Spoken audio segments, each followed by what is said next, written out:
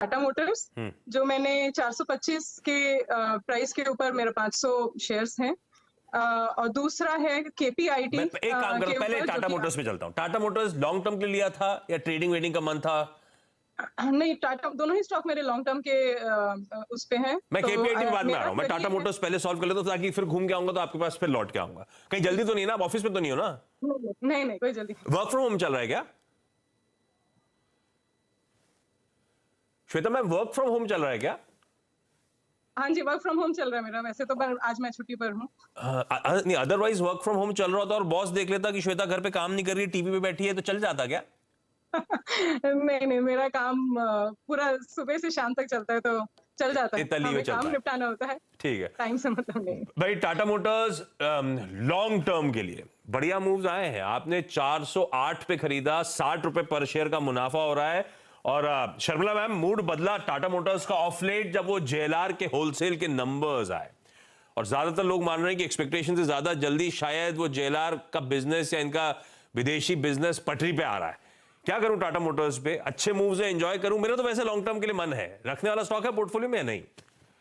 मेरे हिसाब से तो रखना चाहिए, क्योंकि प्रिसाइसली जैसे कि आपने कहा कि सबसे अच्छी खबर इनके लिए ये थी कि जेएलआर के जो वॉल्यूम्स थे, होलसेल के वॉल्यूम्स, वो इंप्रूव होते हुए दिखे।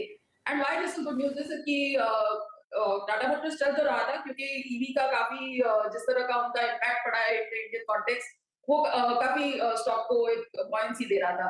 लेकिन असल में देखा जाए, अगर आप पूरा पिक्चर देखें तो the bulk of their profitability business actually comes from JLR. तो अगर वहां पर बिजनेस इंप्रूव होता है तो in real terms, in terms of profitability, revenue growth etcetera etcetera, profit तो है नहीं खैर उसका, लेकिन टाटा मोटर्स का, बट जिस तरह से उनके लॉसेस कम हो रहे हैं, वो उसकी उस to come back on track और वो ग्रोथ दिखाने के लिए I think it is very important कि जेएलआर उनके लिए परफॉर्म करे। और वो अब ऐसे दिख रहा है कि थिंग्स आर, जो 2 साल उनके लिए कुछ खास नहीं गए, चाइना में जिस तरह का स्लो डाउन था, अब वो धीरे धीरे वो चीजें पीछे छूट रही है और उनके वॉल्यूम्स जेएलआर के, हालांकि I think this number was also x China, लेकिन वो नंबर्स अब बेहतर हो रहे हैं, चाइना से भी नंबर्स थोड़े ठीक लग रहे हैं। तो मेरे हिसाब से अभी के लिए तो उनको बने रहना चाहिए। मेरा टारगेट करीबन 525 का रहेगा।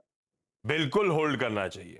और अब तो फाइनली बढ़िया मोमेंटम पकड़ा है। मेरे ख्याल से मंथ टिल डेट 10-11% का उछाल टाटा मोटर्स ने डिलीवर करा है। और मैम, इस साल 2023 की शुरुआत में जो दुनिया भर की ब्रोकरेजेस की रिपोर्ट्स आई थी, उनमें नेट आउटलुक के फ्रंट पे लिखा हुआ था कि इस साल के सेकेंड हाफ में यूरोप और चाइना शायद बाउंस बैक करते हुए नजर आए।